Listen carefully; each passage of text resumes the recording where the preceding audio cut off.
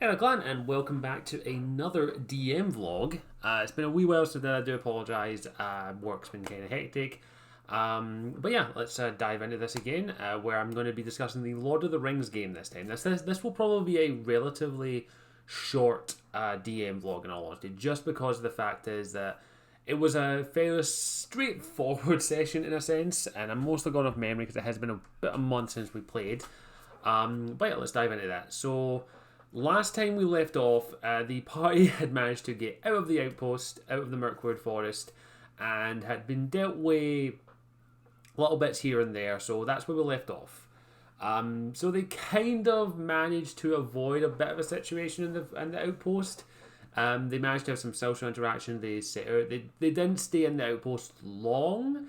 They kind of beelined it for there. I had Gandalf, who's with the party, wait behind because he actually had something to discuss with the elves who were coming to investigate why all of a sudden half the southern Mirkwood had been pretty much burned to the ground due to a serious forest fire caused by the party. So they didn't have Gandalf with them for a little bit, but Gandalf did say to them if they could head to Rosgabeld, hopefully I pronounced that correctly, where Radagast the Brown is. And it just made sense for me as a DM to be like, let's send them there since it's on its way. So that was the party were to go there. They were to basically just meet Rose, but on the way they decided to try and hide a little bit because I kind of wanted a little bit of an interaction with them to having the elves. So I was having a small group of elven lieutenants and all that come towards the outpost because it made sense for them to be there, so that's what I was planning on doing.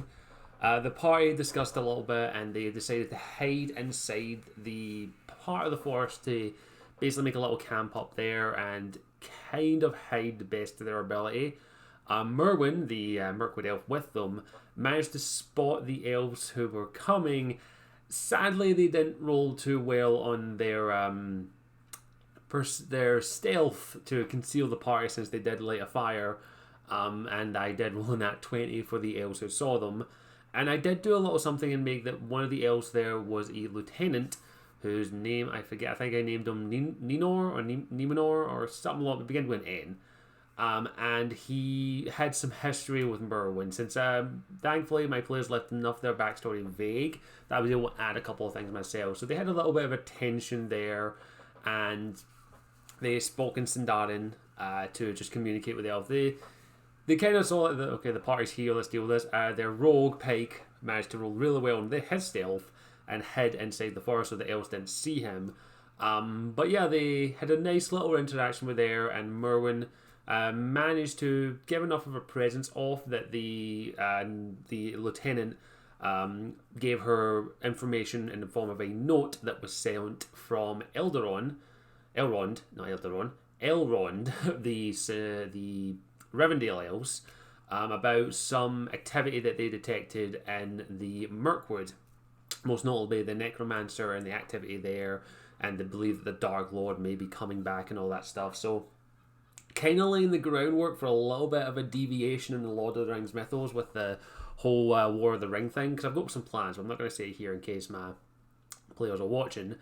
But yeah, it was interesting to say the least, have a little bit of a tense situation there. And they managed to roll well. Damrod managed to do a little bit of silver tongue talking, and thankfully him and Ruth knew Sindarin as well due to them being Duradines, which they did of course tease a little bit by speaking Sindarin saying bye, and that did throw the elves off a little bit. It's not common that they come across men who can speak their tongue.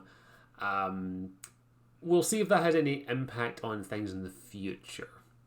But yeah, they eventually made it to Radagast's place in Rosgabeld, and they basically, I kind of went more the route of the movie Radagast, since I'm not too familiar with them. I've only read The Hobbit, and from what research I did, the movie was fairly accurate, and I changed them a little bit just to be a bit more hospitable. But the party did also start by coming to his place, investigating a little bit, and of course, Shadrick, the dwarven slayer, decided to pick some of the pipeweed that was growing on the mantelpiece, and that's when I had Gandalf show up and say it's not polite to steal. And I did make this a little bit more of a stronger version of pipeweed, since I'm listening to the audiobook of The Lord of the Rings, because I'm starting to go through the Fellowship slowly, and eventually moving on to so on Two Towers and so on and so forth. And it did mention a brief history on pipeweed, so I messed around with that and had Radagast have almost like a little farm. He was there, growing various things, including some pipeweed and stuff like that. Through some nice rolls and some really good role playing, they were able to convince, with Gandalf's aid, Radagast to supply them with basically a healing concoction that basically is healing potions in this set in Lord of the Rings that I've added, just because I think healing potions are kind of a nice little thing to have in D&D. So it's kind of like mostly an herbal mixture with a little bit of a tang to it. It's kind of think a chunky soup is the best way I could describe it, with a bit of a minty taste to it. So that's what I managed to give them. I think I made them 8d4, so I think equivalent to greater healing potions. Just because I wanted them to have that, since there is no healing magic in Lord of the Rings, which was kind of a issue I have, but at the same time it makes sense.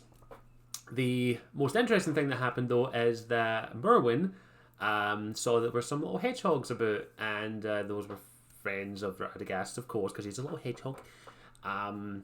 And yeah, they through some very not amazing animal handling roles, they were able to procure one of the hedgehogs to be a little mini companion pet, and now they're wanting to make a what's the word? The word escapes me now. Animal companion, and they also want to make armour for the little hedgehog, because it has 1 hit point. And I'm going to feel so bad the day that thing dies, if it dies. But now but to add a little bit of fun to it, I am going to be giving them a stat sheet for a fucking hedgehog, and to give it some chances to level up with the party. So maybe it'll turn into one of the most badass hedgehogs in all of Middle Earth. Who knows? I love D&D. But yeah, that was an interesting little thing to do. And I also, after that initial encounter, I did have them go and make their way towards the Woodsman Town. I think that's what it's called.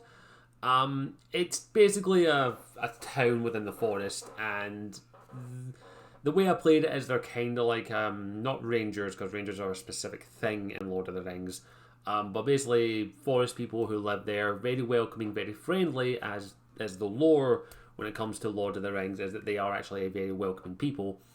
And I just played along there. They had some history with Gandalf and talking with there.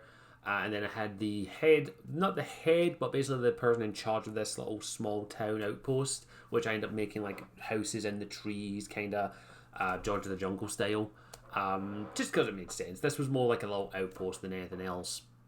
And I had them interact with one of the leaders of there, whose name I cannot remember. I probably should have my notes out for this, but I don't know where I've put my Lord of the Rings notes. And I can't turn my monitor on because the glare in my glasses really bugs me with this.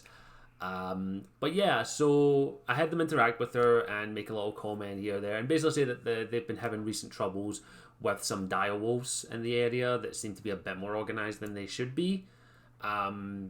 Something along those lines. Basically give the party a little bit of quest that they could earn a little bit of coin from.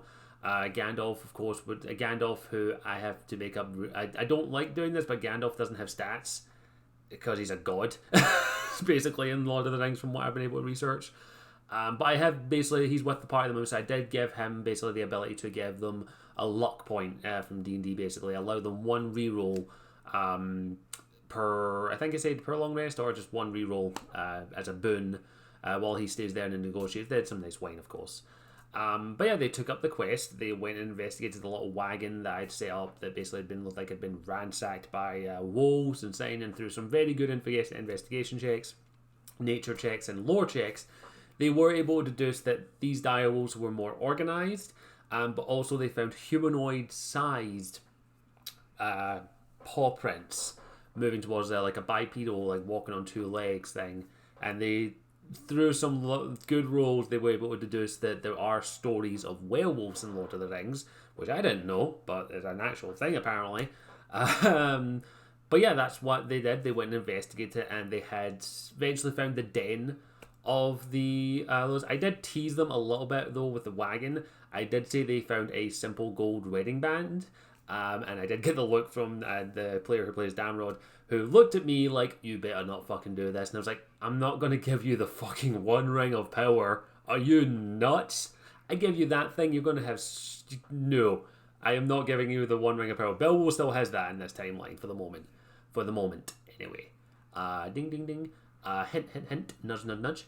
But yeah, that is a little tease I did on them. They've got a simple gold wedding band that they can pawn off or sell. I think it says "to my dear" on it, if I remember correctly.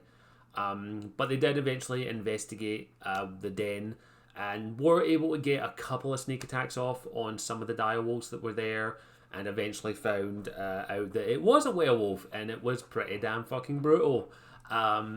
It was a good fight. Rurith did most of the damage on the werewolf, which was taking a beating at one point, but it was still pretty tough because I managed to score a critical hit once or twice, I believe. I was rolling really well that day. But yeah, so that fight went on pretty well. The Pike, of course, our little rogue, the treasure hunter, sorry, that he is, was able to dart a wound. Merwin was able to fend off a couple of wolves. This wasn't meant to be a TPK or a difficult encounter. It was more like, let's give you a little bit of an encounter, let's explore the lore a little bit. And they did eventually win. I don't think I knocked anyone down, but I came very fucking close. And I may have messed with the lore a little bit when it comes to Lord of the Rings, because werewolves, there is no like contagious werewolf thing in the Lord of the Rings. It's basically along the lines of like, you failed the Dark Lord, so you're cursed now. But I added a little twist to it and says that there was a chance of infection. Basically the same rule as in 5th edition, where if you, whatever damage you take, so if you took 15 damage, it's a DC 15 con save, and if you succeed it, you don't get infected. If you don't succeed it, you do get infected. It just made sense to do that, in my opinion, just for a bit of fun, but thankfully everyone made their con save. And they rolled well enough that the fight did not turn into, no one got knocked down as far as I'm aware, I don't think. I could be misremembering.